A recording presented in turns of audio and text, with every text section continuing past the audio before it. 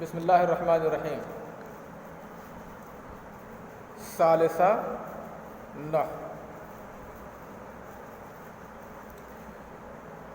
اسم موصول کی بحث ہم لوگوں نے پڑھ لیا ہے۔ اب اسم موصول کی بحث پڑھنے کے بعد ہم لوگ پڑھیں گے اسماء الافعال کی بحث۔ کون سی بحث پڑھیں گے؟ اسماء الافعال، یعنی اسم الفعل کی بحث پڑھیں گے۔ تو اسم الفعل پہلے ہم لوگ جان لیتے ہیں کہ اسم الفعل کہتے کس کو ہیں۔ اسماء الافعال تدل علی معنی الفعل ولا تقبل علاماتہ۔ اسماء افعال ایسے الفاظ ہوتے ہیں جو فعل کے معنی پر دلالت کرتے ہیں لیکن فعل کی علامتیں قبول نہیں کرتے ہیں۔ معنی تو فعل کا دیتے ہیں لیکن فعل کی علامتیں قبول نہیں کرتے ہیں، ان کو اسماء افعال کہا جاتا ہے۔ اسم فعل کے نام سے ان کو جانتے ہیں۔ اس کتاب میں اسم فعل لانے کا مقصد یہ ہے تاکہ آپ جان لیں کہ جتنے بھی اسماء افعال ہیں اگر ان کے بارے میں پتہ لگ گیا کہ یہ اسم فعل ہے تو یہ اسم مبنی ہے، تو وہ لفظ مبنی میں سے اسماء مبنیہ میں سے شمار ہوگا اور عامل کے لحاظ سے اس کا اعراب نہیں دیا جائے گا۔ اسی وجہ سے اس بحث کا تذکرہ اسماء مبنیہ کی قسموں میں ہی کیا گیا ہے۔ تو اسماء افعال کی تعریف آپ سمجھ گئے ہوں گے۔ اسماء افعال بولتے ہیں تدل علی معنی الفعل، جو فعل کے معنی پر دلالت کریں، ولا تقبل علاماتہ، اور فعل کی علامتوں کو قبول نہ کرتے ہوں۔ اچھا، فعل کے معنی پر دلالت کریں، اب سوال یہ ہے کہ وہ ماضی کا معنی دیں کہ مضارع کا معنی دیں کہ امر کا معنی دیں۔ تو اب آپ جان لیجیے، کیونکہ ماضی بھی فعل ہے، مضارع بھی فعل ہے، امر بھی فعل ہے، تو آپ کو معلوم ہونا چاہیے کہ یہ تینوں افعال میں سے کسی فعل کا بھی معنی وہ اسم دے سکتا ہے۔ وہ لفظ تینوں فعل میں سے کسی بھی فعل کا معنی دے سکتا ہے۔ ہاں، اگر وہ ماضی کا معنی دے گا تو اس کا نام ہے اسم فعل ماضی، اگر وہ امر کا معنی دے گا تو اس کو نام دیتے ہیں اسم فعل امر، اور اگر وہ مضارع کا معنی دے گا تو اس کا نام ہے اسم فعل مضارع۔ ہاں، جیسا معنی دے گا اسی اعتبار سے اس کا نام رکھا جاتا ہے، نہ کہ اس میں آپ ماضی کی علامتیں ڈھونڈیے، مضارع کی علامتیں ڈھونڈیے اور امر کی علامتیں ڈھونڈیے، کیونکہ یہ معنی تو دیتا ہے۔ تعریفی سے یہ بات واضح ہے، یہ بات ثابت ہو جاتی ہے کہ اسم فعل یہ فعل کا معنی تو دیتے ہیں لیکن فعل کی علامتیں قبول نہیں کرتے ہیں۔ اب فعل کا معنی دیتے تو میں نے ابھی بتایا کہ تینوں فعل میں سے کسی فعل کا بھی معنی دے سکتا ہے، اور جس فعل کا وہ معنی دے گا اس کے اعتبار سے اس کا نام رکھا جائے گا۔ ماضی کا معنی دینے والے اسم فعل، اس کے الفاظ جیسے ہیہاتا ہے یا شتانہ ہے۔ ہیہاتا شتانہ، ہیہاتا ہیہاتا ہیہاتا زید، زید دور ہوا۔ شتانہ کے معنی جدا ہونا ہوتا ہے، افترقہ کے معنی میں ہے، تو یہ اس کو اسم فعل ماضی بولیں گے۔ کچھ ایسے ہیں جو اسم فعل امر ہیں، جیسے روید زیدن، اس کے معنی ہے امہلہ، یعنی اسے مہلت دے، ڈھیل دے۔ صح ہے، اس کے معنی ہے اسکت، یعنی تو خاموش ہو جا۔ تو یہ جو اسم فعل ہے یہ امر کا معنی دیتا ہے، لہذا اس کو اسم فعل امر بولیں گے۔ کچھ اسم فعل ایسے ہیں جو مضارع کا معنی دیتے ہیں، جیسے اف، فلا تقل لہما اف، اف کے معنی اتزجر، زجر، میں ڈانٹتا ہوں۔ اف نہ کہو یعنی مت ڈانٹو، تو اف کہنا یعنی ڈانٹنا۔ اف کہتا ہوں وہ اپنے باپ کو اف تک نہیں کہتا ہے یعنی نہیں ڈانٹتا ہے، وہ اف کہتا ہے یعنی وہ ڈانٹتا ہے۔ آہ، آہ، آہ کے معنی اتوجع، اتوجع، میں درد محسوس کرتا ہوں، تو یہ مضارع کا معنی دیتا ہے۔ تو کچھ اسم فعل یہ ماضی کا معنی دے سکتے ہیں اور فعل کا معنی دیتا ہے لیکن علامت قبول نہیں کرتا ہے فعل کا، تو کس فعل کا معنی دیتا ہے؟ ماضی کا معنی دیتا ہے، مضارع کا، امر کا، تو آپ جانو کہ تینوں کا معنی دے سکتا ہے۔ کچھ الفاظ ماضی کے دے سکتے ہیں، کچھ مضارع کے، کچھ امر کے دے سکتے ہیں۔ ہاں ایک بات جان لیجئے کہ یہ سماعی ہیں کہ قیاسی، مطلب اسم فعل اپنے طور سے آپ بنا سکتے ہیں گڑھ گڑھ کر کے، کہ جیسے عربوں سے جو الفاظ سنے گئے ہیں صرف انہی کو ان فعل کے معنی میں استعمال کیا جائے گا، اپنی طرف سے آپ نہیں بنا سکتے ہیں۔ تو یہ جان لیجئے ایک وزن ہے جو قیاسی ہے، فعالے کے وزن پر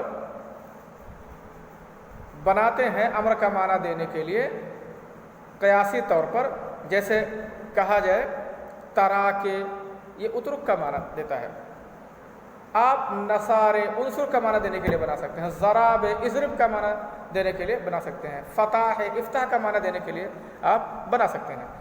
تو صرف ایک وزن ہے اسم فعل کا اور وہ اسم فعل امر کا، یہی ایک وزن ہے جو قیاسی ہے، باقی سب سماعی ہے۔ سماعی کا مطلب سمجھتے ہو؟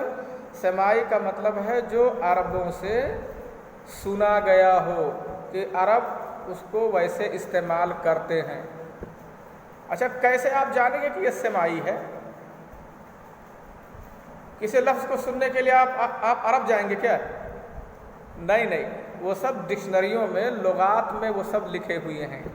کوئی لفظ ہے آپ اس کو دیکھیں گے تو جو سماعی طور سے جو معنی، جو وزن ہے اور جو معنی دیتے ہیں وہ عام طور سے کتب لغات میں وہ چیزیں درج کر دی گئی ہیں۔ ماہرین نے ان سے سن کر کے، ان کے بیچ میں رہ کر کے، ان کی زبان اور الفاظ کو جان کر کے ماہرین نے کتابوں میں اس کو نوٹ کر لیا ہے۔ ہم کو اب وہاں ان کے بیچ میں جانے کی اور رہنے کی ضرورت نہیں کہ اس کا پتہ لگے، وہ چیزیں ڈھونڈ کر کے لکھ دی گئی ہیں۔ تو آپ یہ جان لیجئے کہ اسم فعل جو ہے وہ چاہے ماضی کا ہو، مضارع کا ہو، یہ امر کا ہو، یہ سماعی ہے، قیاسی نہیں ہے، یہ سماعی ہے۔ آپ اپنی طرف سے گڑھ کر کے اسم فعل نہیں بنا سکتے ہیں، سوائے ایک وزن کے جو امر کا معنی دیتا ہے وہ قیاسی ہے، اس وزن پر آپ اپنا خود بھی بنا سکتے ہیں۔ فعالے کا وزن، اس وزن پر آپ چاہیں تو خود بھی بنا سکتے ہیں۔ تو کہہ رہے ہیں اسماء الافعال، اسماء افعال کیا ہیں؟ اس کو آپ نے اس کی تعریف جان لیا۔ کہہ رہے ہیں ہوا کل اسم بمعنی الامر والماضی، صاحب کتاب نے اس میں امر اور ماضی کا لیا ہے، مضارع کا نہیں لیا ہے، خالی کیونکہ اکثر امر کے معنی میں ہوتے ہیں یا ماضی کے معنی میں ہوتے ہیں، مضارع کے بہت کم ہوتے ہیں، اس وجہ سے انہوں نے اس کو نہیں لیا ہے۔ لیکن جان لو کل اسم بمعنی الامر والماضی والمضارع، ہر اسم جو امر کے معنی میں ہو یا ماضی کے معنی میں ہو یا مضارع کے معنی میں ہو اس کو اسم فعل بولیں گے۔ اب جو معنی دے گا اس کے ساتھ ماضی کا معنی دے گا ماضی بڑھا دیں گے اسم فعل ماضی، مضارع کا معنی دے گا مضارع بڑھا دیں گے، امر کا معنی دے گا امر بڑھا دیں گے۔ اس کی مثال دے رہے ہیں جیسے روید زیدن اے امہلہ، روید زیدن اے امہلہ، یعنی رویدہ یہ امر کا معنی دیتا ہے۔ ہیہات زیدن اے بعودہ، یعنی بعودہ زیدن، یہ ماضی کا معنی دیتا ہے۔ اور مثال میں مضارع کا دے رہا ہوں، افن آہ، یہ اتوجہ، فلا تقل لہما افن ہے نا، تو یہ مضارع کا معنی دیتا ہے۔ او کان علی وزن فعال بمعنی الامر، یا وہ، یہ تو ہوا سماعی کی بات، یا وہ لفظ فعالے کے وزن پر ہو اور امر کا معنی دیتا ہو، فعالے کے وزن پر وہ لفظ ہو اور امر کا معنی دیتا ہو تو وہ بھی اسم فعل میں اس لفظ کا شمار کر لیا جاتا ہے۔ اسم فعل ہم لوگ کیوں پڑھ رہے ہیں؟ ہم لوگوں نے جان لیا کہ یہ جاننے کے لیے پڑھ رہے ہیں کہ یہ مبنی ہے، ہاں، او کان علی وزن فعال بمعنی الامر وہو من الثلاثی قیاس، اور یہ ثلاثی مجرد سے قیاس ہے، یعنی قیاسی ہے یہ، اس وزن پر آپ دوسرا لفظ بھی بنا سکتے ہیں۔ کا نزال بمعنی انزل، ترا کے بمعنی اترک. ہاں وَيُلْحَقُ بِهِ فَعَالِ مَصْدَرًا مَعْرِفَةً، اور اسی اسماء افعال کے ساتھ معنی دین میں نہیں مبنی ہونے میں لاحق کر لیا جاتا ہے وہ مصدر جو معرفہ ہے اور فعالے کے وزن پر ہو. مصدر معرفہ ہو فعالے کے وزن پر، جیسے فجارے بمعنی الفجور کے معنی میں ہے.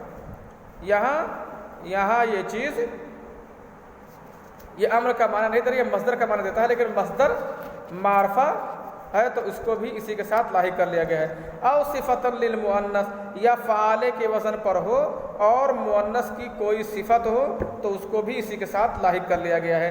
جیسے فساقے بمعنی فاسقۃ، فساقے فاسقہ عورت. لکائے نافرمان، یا لکائے بمعنی لاکعۃ. او علما للاعیان المؤنث، او صفۃ للمؤنث، یا مؤنث کی کوئی صفت ہو. جیسے فساقے یہ فاسقہ ہے، یہ مؤنث کی صفت ہے کسی عورت کی. لکائے یہ لاکعہ کے معنی میں کسی مؤنث کی صفت ہے، کسی مؤنث کی صفت ہے.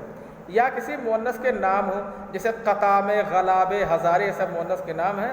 قطام، غلابے یہ عورتوں کے نام ہے، ہزارے یہ ستارے کا نام ہے. تو اس کو بھی اسی کے ساتھ مبنی ہونے میں شامل کر لیا گیا ہے، نہ کہ یہ کہا گیا ہے کہ یہ بھی اسم فعل امر ہے. وَهَذِهِ ثَلَاثَةٌ لَيْسَتْ مِنْ أَسْمَاءِ الْأَفْعَالِ، یہ اسماء افعال میں سے نہیں ہیں. وَإِنَّمَا ذُكِرَتْ هَاهُنَا لِلْمُنَاسَبَةِ، بلکہ یہاں ان الفاظ کو مناسبت کی وجہ سے ذکر کر دیا گیا ہے کہ فعالے کے وزن پر آ رہے ہیں اور یہ مبنی ہیں، لہذا ان کو ذکر کر دیا گیا ہے، نہ کہ یہ اسم فعل امر ہے. ٹھیک ہے، بات سمجھ میں آ گئی؟ تو اس سے اس بحث کو پڑھنے کا مطلب یہ ہے، ویسے سماعی ہی اکثر ہے، اس میں تو اپنی طرف سے بنانا نہیں ہے. تو اگر کسی اسم کے بارے میں یہ پتہ چل جائے کہ فعل کا معنی دیتا ہے، اور یعنی اسم فعل ہے، امر ہے، ماضی ہے یا مضارع ہے، اسم فعل ہے، اگر یہ پتہ چل گیا تو اس کو ہم مبنی کے لسٹ میں شامل کریں گے، اس کو جانیں گے ہم مبنی ہیں. اس چیز کو ہم نے اسی لیے پڑھا ہے. ٹھیک ہے نا؟ ٹھیک ہے. السلام علیکم و رحمۃ اللہ وبرکاتہ.